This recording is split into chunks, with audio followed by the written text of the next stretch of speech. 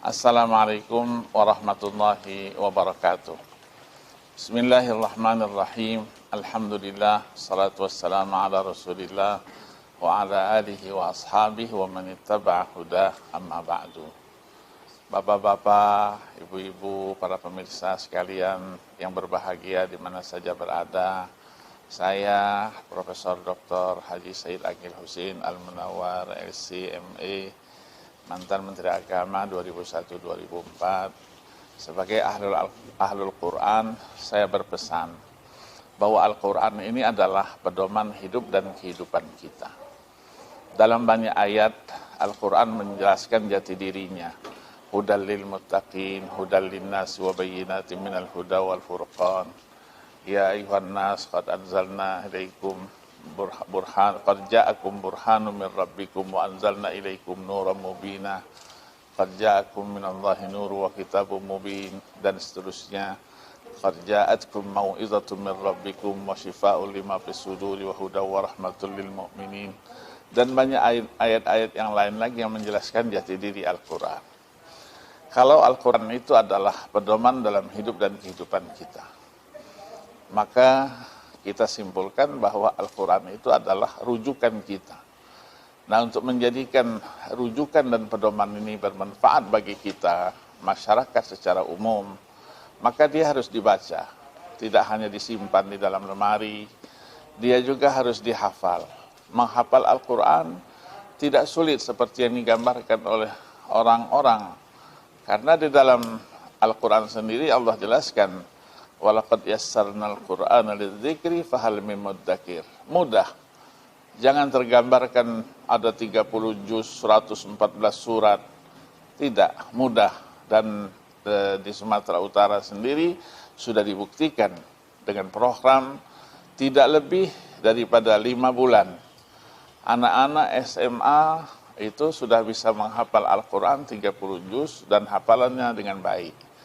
Nah, maka dari itulah MTQ yang ke-37 yang dilaksanakan di Kota Tebing ini diharapkan untuk memberikan motivasi kepada masyarakat, memotivasi anak-anak kita, memotivasi peserta didik kita untuk cinta kepada Al-Quran. Cinta kepada Al-Quran berarti kita membacanya, menjadikan alat komunikasi kita, bisa berdialog dengan pencipta kita Allah Subhanahu wa ta'ala. Kita hafalkan, kemudian kita pahami isi dan kandungannya. Tafsir Al-Quran yang sekarang alhamdulillah berkembang begitu pesat di tanah air tercinta, sehingga dijadikan sebagai cabang yang dimusabakohkan, bukan hanya bahasa Indonesianya, tetapi dengan bahasa lain, 2 bahasa asing, yaitu bahasa Arab dan bahasa Inggris. Kita bangga dengan penampilan peserta-peserta kita yang bukan orang Inggris, yang bukan orang Arab, bisa berbicara bahasa Arab dengan fasih, bahasa Inggris pun dengan fasih, bahasa Indonesia tentunya ya lebih fasih lagi. Nah, ini memberikan makna bahwa kita ingin mengetahui isi dan kandungannya, karena isi dan kandungan Al-Quran itu begitu luasnya. Digambarkan di dalam surah Al-Kahfi ayat 109.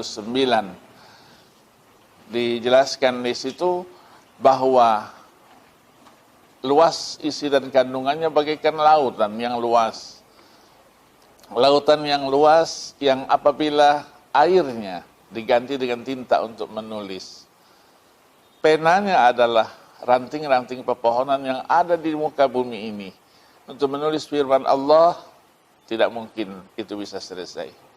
Yang ditulis belum selesai, air laut yang digantikan menjadi tinta dari semua benua itu akan kering dan habis. Nah, ayat 109.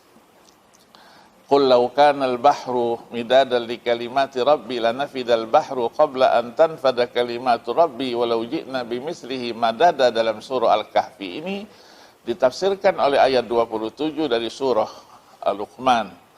walau annama fil ardi min syajaratin aqlamun wal bahru yamudduhu min ba'dihi sab'atu abhurim ma nafidat kalimatullah innallaha azizun hakim. Ayat ini memberikan makna kepada kita bahwa penafsiran terhadap Al-Quran tidak ada kata selesai dengan segala perkembangan yang ada. Al-Quran selalu menyajikan segala sesuatunya aktual, sesuai dengan perkembangan zaman. Jadi kalau ada orang yang mengatakan bahwa Al-Quran yang diturunkan 14 abad yang lalu, lebih itu, sudah jadul dia, itu masa lalu.